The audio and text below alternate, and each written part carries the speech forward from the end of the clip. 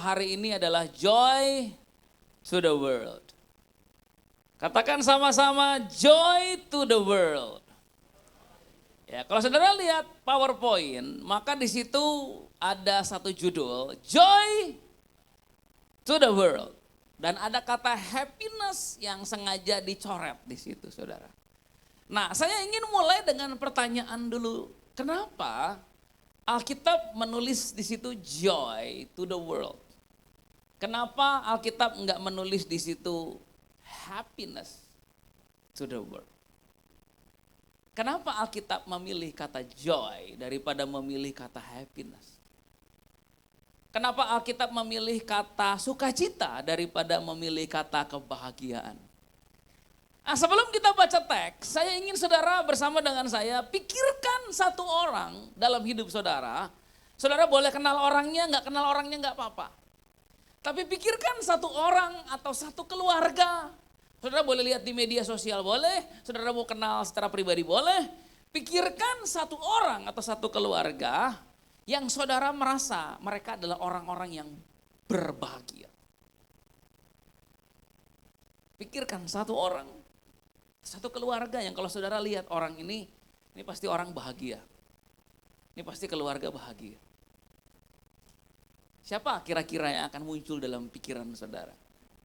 Kalau kita mau meminta seseorang menggambarkan apa itu definisi dari keluarga yang bahagia atau seseorang yang bahagia. Saya punya seorang teman, dia sekarang lagi di Subang, dia dulunya tinggal di Palu, saudara.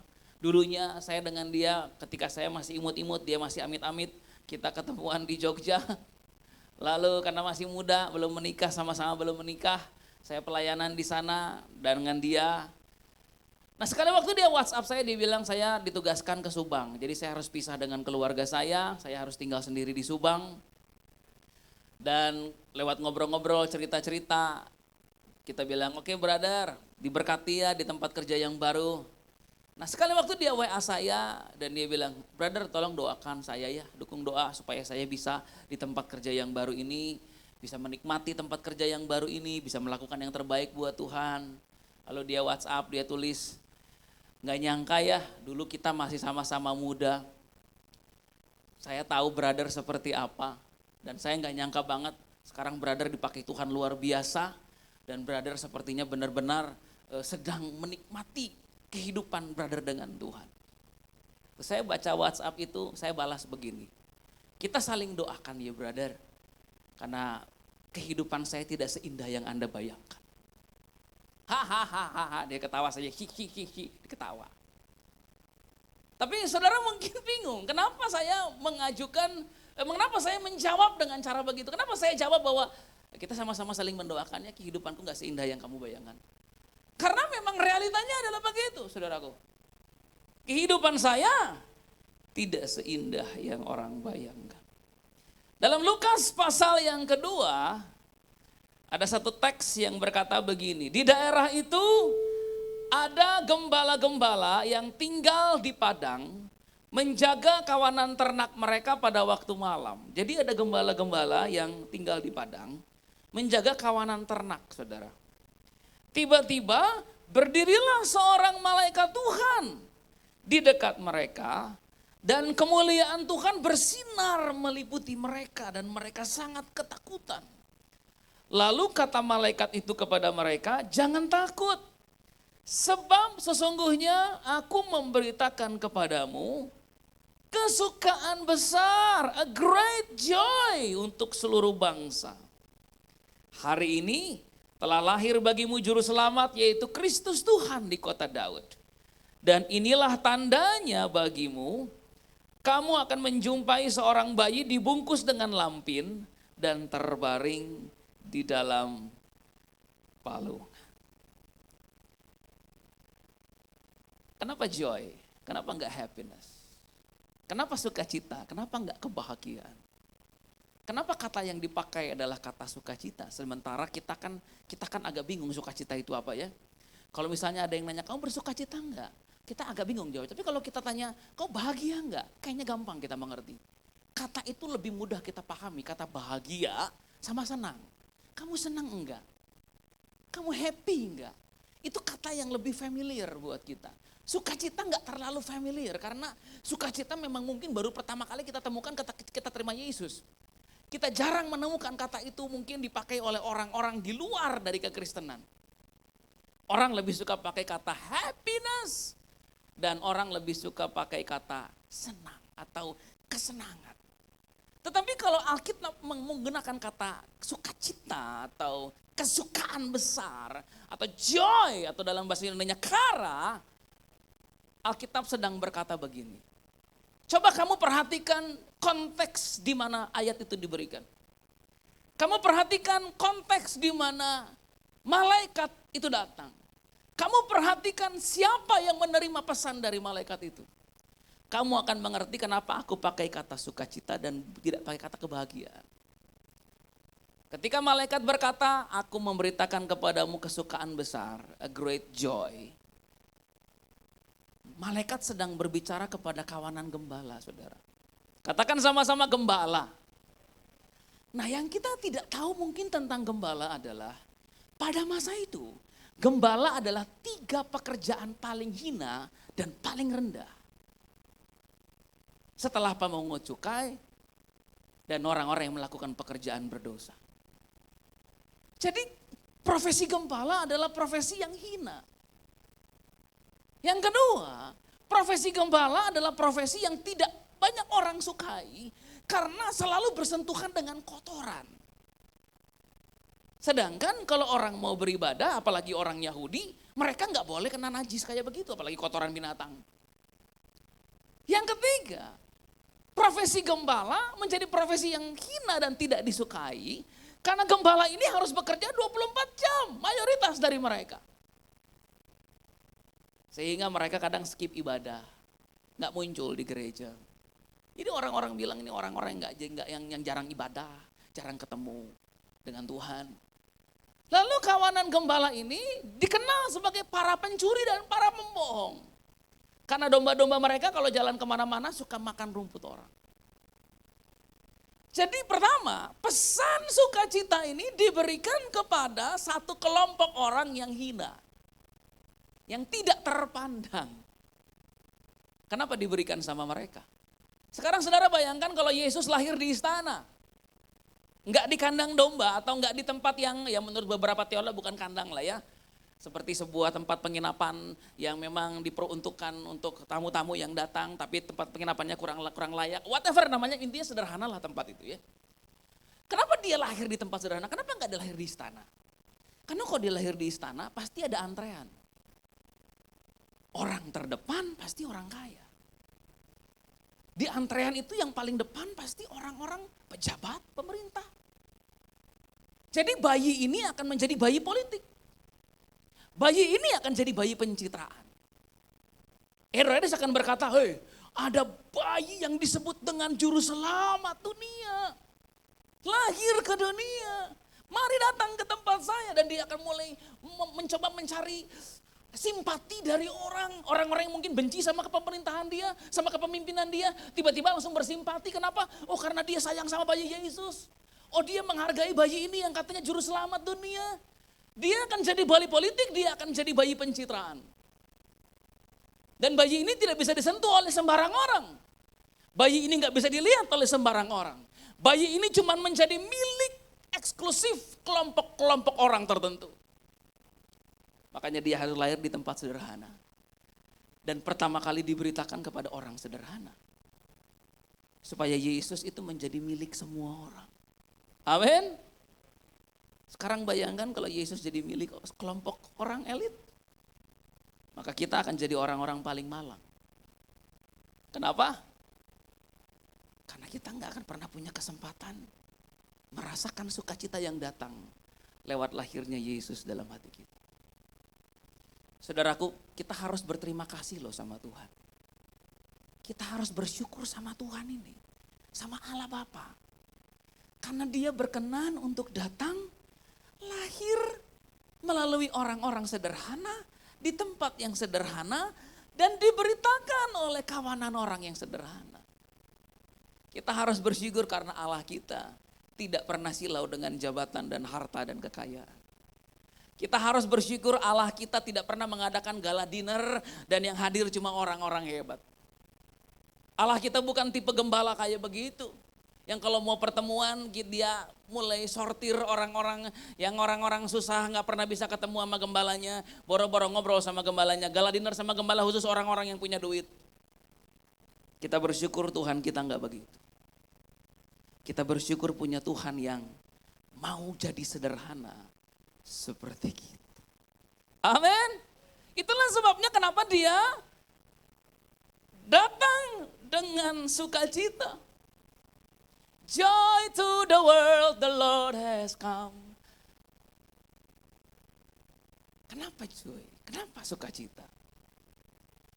Karena pesan ini datang kepada bangsa Israel yang sedang berada di dalam penindasan Romawi. Bangsa yang sedang ditindas, dikenakan pajak yang sangat tinggi. Ya seperti beberapa orang komplain di Instagram, luar biasa ya pajak mobil di Indonesia ya. Sampai 5 juta, misalnya di Malaysia mungkin cuma 500 ribu. Luar biasa pajak di sini, nah kayak gitu kira-kira. Jadi mereka dibebani pajak yang sangat tinggi. Mereka hidup dengan kekurangan, mereka hidup dengan kesusahan. Ya, ahli-ahli Taurat yang gak bisa nyembuhin orang sakit. Datang ibadah di sinagoga orang gak sembuh, orang gak ngalamin damai sejahtera. Orang punya masalah mental illness pada masa itu. Dan sukacita ini datang buat mereka. Pesan sukacita ini diberikan kepada orang-orang ini. Kenapa mereka? Dan kenapa sukacita? Sebelum lanjut, saya ingin mengajak saudara untuk kita melihat dulu 2 kata sebelum kata sukacita. Pertama, kita lihat apa itu kesenangan. Katakan sama-sama kesenangan. Pleasure. Kesenangan itu memiliki arti kenikmatan, kenyamanan atau kepuasan. Kesenangan bisa berarti sebuah perasaan yang sifatnya emosional atau fisikal. Jadi ketika tiba-tiba kita tanya sama seseorang, kamu senang gak diajak sama saya ke Jepang? Senang. Nah, itu dia, itu senang, itu bukan bahagia, itu senang. Karena sifatnya cuma sementara. Kesenangan itu adalah sebuah ledakan dopamin dalam hidup manusia, dalam tubuh manusia. Di mana satu reaksi kimiawi tercipta. Kenapa? Karena orang merasa mendapatkan sesuatu. Kamu senang gak nikah sama saya? Senang. Kamu senang gak akhirnya kita menikah? Senang. Kamu senang gak dengan pekerjaan kamu sekarang? Senang. Kesenangan adalah sesuatu yang sifatnya temporer. Kesenangan itu bisa bicara emosional, fisikal, tapi intinya kesenangan bukan sukacita. It's a pleasure. Nah yang jadi masalah adalah kalau orang hidupnya gak senang lalu bagaimana saudara? Karena kesenangan adalah salah satu komponen penting dalam hidup manusia. Manusia itu gak bisa kalau hidupnya gak senang. Saya mau tanya sama saudara sekarang. Saudara senang gak dengan pekerjaan saudara? Karena kan kita di Instagram suka baca ya, love your job. Do you love your job? Should you love your job? Apakah Anda mencintai pekerjaan Anda? Kalau iya, memangnya harus dicintai pekerjaan itu? Pertanyaan kedua. Yang suruh Anda mencintai pekerjaan siapa? Bos Anda sendiri? Oh iya dong. Kalau bos pengen semua pegawai cinta pekerjaan dong. Nah sekarang kalau tukang sapu-sapu di jalan, apakah dia harus cinta pekerjaannya? Kalau kita tanya, Pak senang gak Pak nyapu jalan? Apakah dia harus jawab senang? Saya nyapu jalan? Kalau ada istri yang jadi korban KDRT di rumah tangga dipukulin sampai babak belur, haruskah kita tanya kamu senang gak dengan pernikahan kamu? Haruskah dijawab senang? Berarti ada orang-orang yang hidup tanpa kesenangan. People live without pleasure. Tanpa kesenangan. Mereka gak tahu apa itu senang. Sudah lama saya gak merasa senang Pak. Yang kedua, kita berkenalan dengan sebuah kata yang disebut happiness. Atau kebahagiaan. Katakan sama-sama happiness. Kebahagiaan adalah satu keadaan atau kepuasan batin. Kegembiraan yang sifatnya jangka panjang. Jadi kalau senang itu cuma sementara, kita kejar hilang, kita cari hilang, kita dapat hilang. Contohnya kesenangan dalam hubungan intim, itu nggak berlangsung sampai 20 bulan. Sekali jebret hilang udah lupa rasanya. Seperti makan enak di sebuah restoran seafood, Anda makan seafood enak sekali udah itu hilang rasanya, nggak Anda bawa sampai ke rumah. Itu kesenangan, sifatnya sementara sekali. Tapi kita pengen lagi dan pengen lagi. Kenapa? Karena ledakan dopamin itu loh. Nah orang kalau terjebak dengan kesenangan ini, jadinya kecanduan. Karena dia selalu pengen itu. Yang kedua, happiness. Kebahagiaan. Nah kebahagiaan ini agak lama, long term.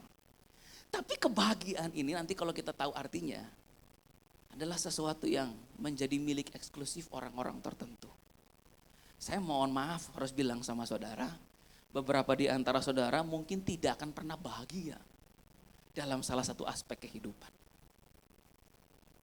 Maaf dulu di awal ya. Kita pengen bahagia dalam segala aspek hidup. Sorry to say, beberapa di antara kita mungkin tidak akan pernah bahagia dalam aspek kehidupan yang ini.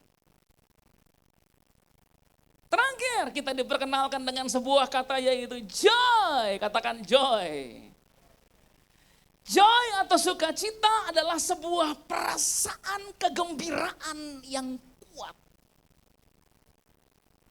Dari bahasa aslinya kara artinya perayaan. Artinya sebuah kegirangan. Kata joy ini membedakan dirinya dari sekedar happiness. Apa itu? Karena happiness itu adalah satu perasaan gembira, joy adalah gembira yang kuat. Itu artinya joy itu berkali-kali lipat kebahagiaan, berkali-kali lipat happiness, dan berkali-kali lipat kesenangan.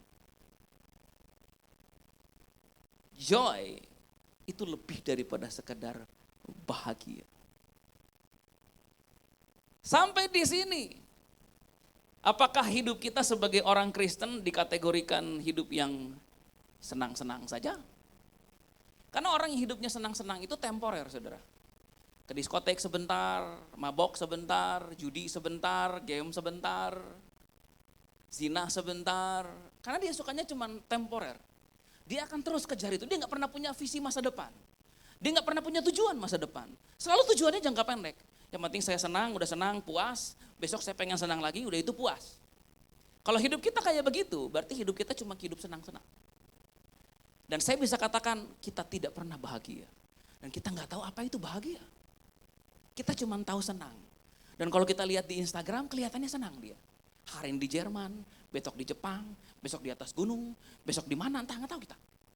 Jadi kelihatannya hidupnya senang sekali, dikelilingin perempuan-perempuan cantik, atau dikelilingi pria-pria yang ganteng. Wah senang sekali hidup kamu, ya karena yang dikejar cuma senang. Dan orang-orang seperti ini gak punya tujuan dalam hidup. Sedangkan kalau mau bahagia, kita harus punya tujuan. Tapi tujuan aja gak cukup, kita harus bayar harga. Nah di titik inilah kebahagiaan menjadi milik eksklusif orang-orang tertentu. So apakah hidup kita senang-senang atau hidup kita bahagia? Atau hidup kita penuh dengan sukacita. Dalam Pengkhotbah 12 ayatnya yang ke-1, di situ dikatakan begini saudara. Kita sama-sama baca yuk dalam hitungan ketiga. 1, 2, 3. Ingatlah akan penciptamu sebelum dan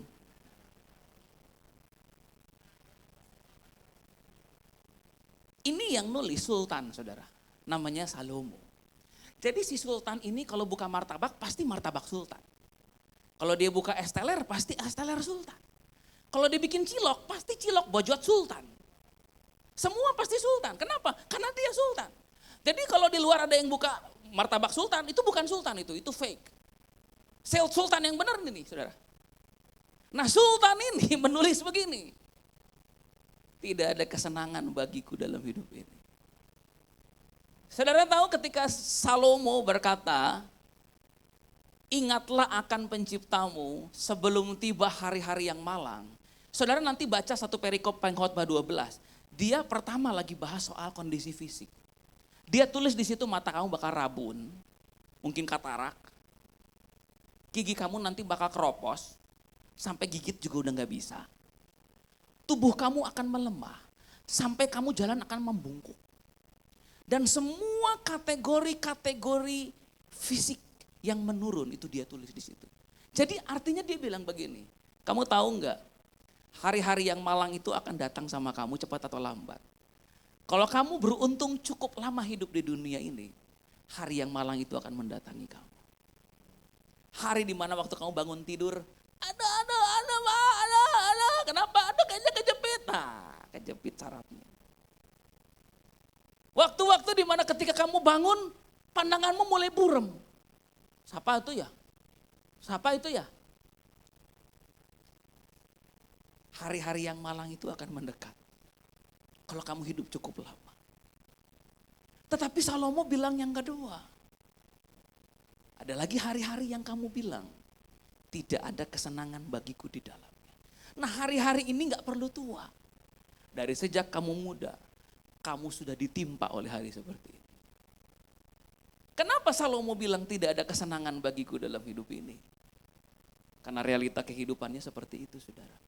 Sejak dia menyembah ilah-ilah asing, dia menyembah berhala, dia menikah dengan perempuan asing, hidupnya tidak lagi punya tujuan. Dia cuma hidup dari satu kesenangan-kesenangan lain. Entah mungkin karena dia udah stres. Kalau di sini kan orang bisa stres, bisa ngumpulin mobil-mobilan kecil itu ya. Dikumpulin, koleksi. Kalau Salomo koleksinya selir. Mungkin bosan dia. Jadi dia lagi jalan-jalan, kamu cantik jadi selir saya. Kamu cantik jadi selir saya. Jadi selirnya banyak sekali, sampai ribuan. Tapi orang ini, dia berkata begini, aku gak menemukan kesenangan dalam hidup ini. Kenapa dia gak menemukan kesenangan dalam hidup ini? Karena dia mungkin sudah tidak lagi punya hasrat untuk senang. Saudara percayakah saudara? Ketika kita terus-menerus hidup untuk cari kesenangan, lama-lama yang menyenangkan kita gak lagi menyenangkan. Lama-lama mabuk gak lagi menyenangkan. Anda mabuk bukan lagi karena Anda pengen senang. Anda mabuk karena Anda sudah terikat dengan itu. Lama-lama berzina bukan lagi karena pengen senang-senang. Anda berzina oleh karena Anda terikat dengan itu. Lama-lama berjudi bukan lagi pengen senang-senang. Kita gak lagi senang waktu berjudi. Kita terikat dengan itu. Itu yang Salomo bilang. Saya udah gak nemuin kesenangan. Karena apa yang dulu saya anggap memberi saya kesenangan. Saya udah mati rasa sama itu. Ngerokok bukan lagi karena kita senang, enggak. Memang gak bisa lepas saja. But we are not, kita gak lagi merasa senang dengan apa yang kita lakukan. Pelayanan gak lagi menyenangkan. Kita pelayanan bukan lagi karena itu sesuatu yang menyenangkan hati. Tapi karena kita sudah terikat, terbelenggu dengan rutinitas itu. Gereja udah gak lagi menyenangkan. Tapi kenapa kita ke gereja kalau gak lagi menyenangkan? Nah, kemana lagi Pak? Saudara bisa bayangkan hidup seperti apa kalau kita hidup kayak begitu. Saya mau cerita sama saudara bagaimana saya pernah melewati masa depresi. Saya benar-benar tertekan dalam kehidupan. Dan waktu itu dalam perjalanan saya ngobrol sama Tuhan, saya bilang, kenapa hidup saya kayak gini? Kenapa saya merasa begini ya Tuhan? Terus saya mulai jujur sama Tuhan dan saya bilang, banyak penyesalan dalam hidup saya. So many regrets in life. Dan saya bilang sama Tuhan, kalau saya mati hari ini, akankah saya mati sebagai seorang pria yang mati dalam penyesalan? Saudaraku, kalau kita mati dan mati penuh penyesalan, apakah kematian seperti itu yang kita mau dalam hidup?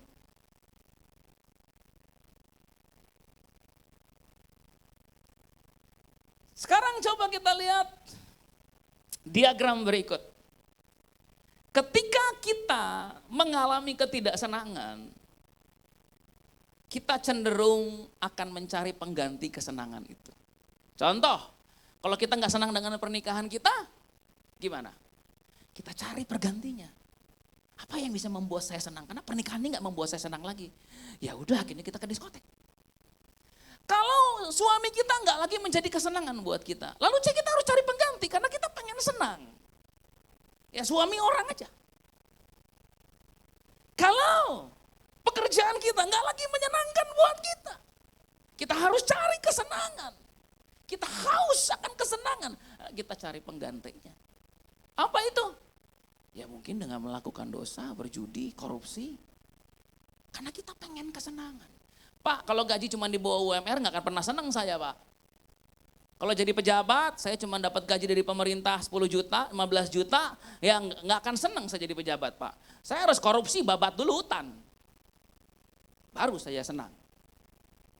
Kesenangan saya membuat ribuan orang mati hari ini di Sumatera, Sibolga, dan Aceh. Saudaraku, kita nggak boleh cuma kejar kesenangan di dunia ini. Nggak boleh. Kesenangan itu akan membunuh kita, merusak kita, dan merusak orang lain. Jadi kalau saya nggak senang dalam hidup ini, saya harus bagaimana, Pak? Nanti kita jawab. Next. Yang kedua adalah happiness. Happiness berasal dari sebuah kata Inggris lama yang artinya sesuatu harus terjadi supaya saya bahagia. Dari kata have. Katakan sama-sama have. Nah, happiness itu dari kata have. Artinya kalau saya mau bahagia, sesuatu harus terjadi sama saya. Saya nggak bisa otomatis bahagia. Saya nggak bisa tiba-tiba bahagia. Nanti orang bertanya, kamu kok bahagia kenapa? Nggak tahu, kan aneh. Nggak bisa, bahagia itu harus ada penyebabnya. Jadi kalau tiba-tiba ternyata saya sekarang sedang mengalami masalah keuangan, lalu tiba-tiba saya mengangkat tangan muji Tuhan di gereja, lalu orang tanya kenapa kamu bahagia, saya harus punya jawabannya kenapa saya bahagia. Bahagia itu harus selalu punya alasan. Sukacita tidak perlu ada alasan apa-apa kecuali Tuhan. Nah masalahnya kebahagiaan karena harus punya alasan, itu menjadi milik eksklusif orang tertentu. Karena beberapa orang gak bahagia bahwa keluarganya cuma main ke kota tua, saudaraku. Beberapa keluarga harus bawa anaknya main ke Universal Studios di Singapura. Itu definisi kebahagiaan buat keluarga ini. Selama keluarga saya belum pernah ke Singapura, cuma main ke kota tua, saya punya keluarga yang tidak bahagia. Nah gimana caranya mau main ke Singapura? Gak bisa, Pak. Gak punya uangnya. Ya gak akan bahagia kalau begitu. Pak, saya pengen pernikahan saya bahagia. Tapi saya punya suami yang sudah tidak lagi punya hati, mimpi, visi buat pernikahan. Jadi pernikahan saya nggak bahagia dong, Pak. Yang dicari apa di pernikahan? Pengen bahagia, ya nggak bakal dapat. Yang beruntung cuma orang-orang yang menikah dengan orang yang bagus saja. Jadi yang bisa bahagia cuma orang-orang yang dapat suami, puji Tuhan suaminya baik, cinta, sayang. Kalau kamu dapat suami yang tiba-tiba kasar, gak cinta sama kamu, udah gak lagi mau sama kamu, yang kamu gak bahagia. Gimana caranya kamu bahagia? Oh saya kalau bahagia Pak, saya pengen minimal saya punya rumah Pak. Kalau punya rumah saya bahagia. Ya punya duitnya gak beli rumah. Gak punya, berarti kamu gak bakal bahagia. Karena ternyata definisi kamu untuk bahagia adalah kamu punya rumah. Ya gimana caranya kamu mau punya rumah, harga di Jakarta udah mahal tanahnya. Sekarang saudara mulai mengerti bahwa kebahagiaan itu milik orang tertentu. Gak semua orang bisa bahagia. Di area tertentu. Pak, kalau gitu nasib saya gimana Pak? Kesenangan saya gak dapat. Kebahagiaan saya gak dapat. Inilah kenapa dia datang. Dan dia berkata, joy to the world. Karena dia membawa sesuatu yang akan membuat Anda merasakan kegembiraan dalam hidup. Walaupun tidak akan pernah melihat hasrat diri Anda terwujud. Dan kita aneh sama orang-orang kayak gini. Saudara pernah ketemu sama orang yang terbaring di rumah sakit karena penyakit yang berat. Tapi sementara di rumah sakit dia masih nyanyi. Bersyukur, bersyukur, bersyukurlah, bersyukur karena kasih setiamu. Ku sembah, ku sembah, ku sembah dan ku sembah. Selama hidupku ku sembah kau Tuhan. Oh, ibu senang punya penyakit? Enggak Pak. Ibu bahagia dong sakit? Enggak Pak.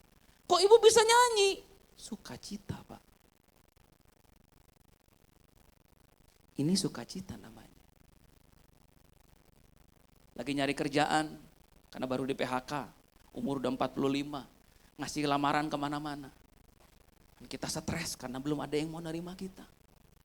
Tapi ketika melangkar dari rumah kita bilang, kasih Allahku sungguh telah terbukti. Ketika dia serahkan anaknya, kita nyanyi dalam perjalanan. Kasih Allah mau berkorban bagi kau dan aku. Tak ada kasih seperti kasihmu. Orang tanya, kamu bahagia ya gak punya kerja? Enggak bahagia saya. Kamu senang lagi gak punya kerjaan? Enggak senang saya dengan keadaan begini. Loh, kamu gak senang dengan keadaan kamu. Kamu gak bahagia dengan keadaan kamu. Kok kamu masih bisa nyanyi nyembah Tuhan? Ini namanya sukacita. Sukacita need no reason. Amin. Amin. Beri kemuliaan dulu buat Tuhan Yesus. Sukacita gak memerlukan alasan apa-apa. Sukacita itu bukan sesuatu yang kita upayakan, kita kerjakan, kita cari. Sukacita itu ada dalam diri kita ketika kita memiliki Yesus. Joy is something that it just happen. Makanya buat orang-orang dunia, kita mungkin akan dibilang gila. Seperti Alkitab bilang, apa yang bodoh bagi dunia dipakai Allah untuk mempermalukan orang yang berhikmat. Saudaraku, kalau hari ini saudara lihat, mungkin orang di sebelah saudara, ada yang datang ke gereja lalu nyembah dengan genap hati. Mungkin dia cuma diam seperti ini, tapi dalam hatinya dia sedang bersekutu dengan Tuhan. Saya mau bilang, orang ini mungkin sedang tidak bahagia. Orang ini mungkin sedang dalam kesenangan. Tapi orang ini masih punya sukacita. Amin. Sekarang kita lihat saudaraku, karena saya akan selesai dalam tempo 4 menit. Ketika kita nggak memperoleh kebahagiaan, kita cari hal-hal yang mendatangkan kebahagiaan. Masalahnya, kita mungkin tidak pernah punya upaya, dana untuk mendapat kebahagiaan itu. Saya punya mimpi pengen ajak keluarga saya ke Disneyland. Saya lihat ada keluarga orang lain ke Disneyland dan saya pikir wow, kalau saya bisa bawa anak-anak saya ke Disneyland karena saya punya 2 putri. Jalan-jalan ke Disneyland lah, ketemu sama Ariel, ketemu sama Cinderella, ketemu sama Elsa, ketemu sama Anna, ketemu sama Tiana, ketemu sama Aurora. Saya udah hafal semua nama princess, ketemunya aja belum. Saya pikir, I will be a happy dad. Tapi saya gak punya uang. Karena saya gak punya uang, kebahagiaan itu jauh dari saya. Tapi gak apa-apa. Saya tetap punya sukacita kok. Amin. So kita lihat, joy adalah buah roh, katakan buah roh. Artinya joy itu gak bisa dibeli, itu gak perlu diupayakan. Anda gak perlu bayar harga untuk dapat joy. Anda cuma perlu terikat, terkoneksi, terhubung, dan berserah sama Tuhan. Dan joy itu akan muncul dalam hati kita. Yang kedua, Yesus bilang dalam Nehemia pasalnya yang ke-8, saya lupa tulis ayatnya, maafkan saya. Jangan kamu bersusah hati. Sebab sukacita karena Tuhan itulah perlindunganmu. Dalam bahasa Inggris, the joy of the Lord is your strength. The joy of the Lord is your strength. Pak udah capek Pak, saya udah nyerah Pak. Saya gak tahu gimana dengan pernikahan saya. Saya udah nyerah Pak, saya gak tahu gimana dengan bisnis saya. Saya udah nyerah Pak, saya gak tahu bisa dengan nasib saya Pak. Tapi sukacita dari Tuhan, itu kekuatan saya. Yakobus 1 ayat 2, anggaplah sebagai suatu sukacita apabila kamu jatuh ke dalam berbagai-bagai pencobaan. Wow. Saudaraku, ternyata sukacita itu bisa menguatkan kita ketika kita melewati banyak pencobaan. Ada di antara saudara di tempat ini, coba tolong tampilkan slide terakhir media dan kita akan sama-sama tutup. Saya undang pemusik untuk sama-sama maju ke depan.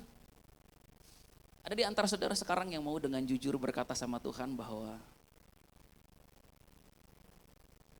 pernikahan saya nggak bahagia. Hubungan saya nggak bahagia. Keluarga saya nggak bahagia. Kalau Bapak tanya, do you love your job? No. I don't love my job.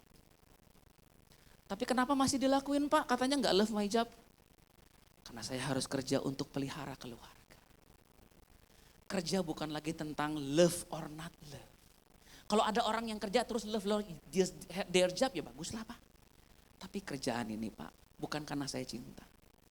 Kerjaan ini saya lakukan karena saya harus memenuhi kebutuhan hidup keluarga saya. Tapi ini Pak yang Bapak harus tahu. Maybe I don't love my job, but I love my God. Dan segala sesuatu yang saya lakukan bukan untuk manusia, tetapi untuk Tuhan. Jadi walaupun saya nggak cinta pekerjaan ini, saya berharap bisa pekerjaan lebih baik nanti saya dapat. Saya mau lakukan dengan maksimal. Saya tetap lakukan yang terbaik. Tapi Pak, saya belum menemukan kebahagiaan di sini. Dan nggak apa-apa. Satu saat Tuhan bisa ubah nasib saya. Satu saat Tuhan bisa ubah suami saya, istri saya, keluarga saya, anak-anak saya. Tapi sampai waktu itu tiba, saya tidak mau hidup hanya mengejar kesenangan dan kebahagiaan. Saya mau hidup untuk memperoleh sukacita dari Tuhan. So hari ini saya mau bacakan satu surat dari Tuhan buat kita semua. Kita nyanyi lagu tadi aja ya. Kasih Allahku, itu lagu MDPJ kalau nggak salah, apa saya lupa ya. Oh ya, oke. Coba saya mau bacakan ini buat saudara. Anakku, aku tahu perjalanan hidupmu tidak selalu mudah. Aku tahu air mata yang jatuh diam-diam dan luka yang tidak pernah kau ceritakan. Beban berat yang sering kau pikul sendirian. Tahukah kamu bahwa aku tidak pernah menuntut kamu untuk hidup bahagia dalam setiap aspek kehidupanmu? Aku tidak meminta engkau untuk selalu tersenyum ketika hatimu terluka. Aku tidak mengharuskan engkau kuat ketika dunia terasa runtuh. Sebab dalam hidup ini akan ada duka, celaka, kehilangan, nestapa, dan berbagai pencobaan. Kamu tahu bahwa itu semua bukan tanda bahwa aku meninggalkanmu, melainkan bagian dari perjalanan imanmu. Anakku, aku ingin kamu menerima uluran tanganku. Hari ini aku menawarkan sesuatu yang dunia tidak bisa berikan. Sukacitaku, sukacita yang tidak bergantung pada keadaan. Sukacita yang tetap teguh sekalipun badai menerjang. Sukacita yang menguatkanmu bahkan di tengah air mata. Sukacitaku kuberikan kepada. Siapa di tempat ini yang mau menerima sukacita sorga di momen Natal? Amin. Mari kita bangkit berdiri beri kemuliaan buat Tuhan Yesus. Kasih Allahku sungguh telah terbukti ketika Dia serahkan anaknya. Ya, kasih Allah mau berkorban bagi kau dan aku. Tak ada kasih seperti kasih. Mari katakan sekali lagi. Kasih Allahku sungguh telah terbukti. Karena begitu besar kasih Allah akan dunia ini, sehingga Ia mengaruniakan anaknya yang tunggal.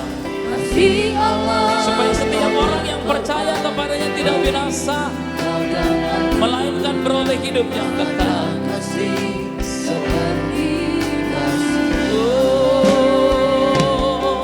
Bersyukur, bersyukur, bersyukurlah, bersyukur karena kasih setiamu.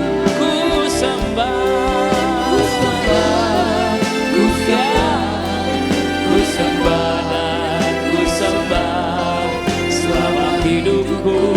Ku sembah, katakan bersyukur, bersyukur, bersyukur. bersyukur, bersyukurlah, bersyukur karena kasih setiamu. Amin. Ku sembah, ku sembah, ku sembah dan ku sembah, selama hidupku ku sembah. Saudara-saudaraku yang terkasih, kuatkan dan teguhkanlah hatimu. Di dalam dunia engkau menerima aniaya. Di dalam dunia engkau mungkin difitnah. Di dalam dunia engkau mengalami berbagai-bagai pencobaan. Tetapi Yesus berkata, aku telah mengalahkan dunia. Saudaraku, mungkin kebahagiaan belum engkau rasa hari ini. Mungkin pernikahan yang bahagia itu sudah jadi angan-angan belaka. Mungkin keluarga yang bahagia sudah jauh dari genggamanmu sejak engkau mengalami kebangkrutan, engkau mengalami PHK. Tapi hari ini ketika pengejaranmu akan kesenangan dan kebahagiaan setelah melelahkan engkau, berhentilah dan mulai kejarlah dahulu kerajaan Allah dan kebenaran. Carilah dahulu kerajaan Allah dan kebenarannya. Carilah dahulu sukacita itu. Sukacita itu enggak jauh. Sukacita itu enggak mahal. Sukacita itu dekat dengan kita.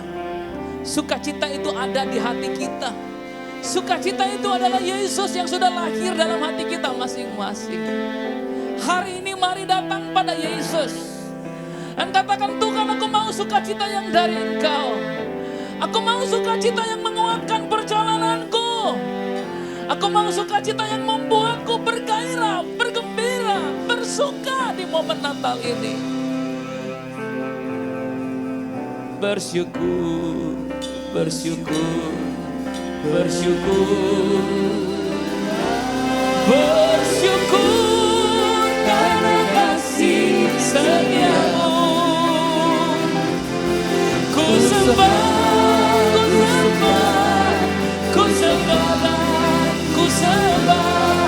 selama hidupku ku sembah Kau Tuhan.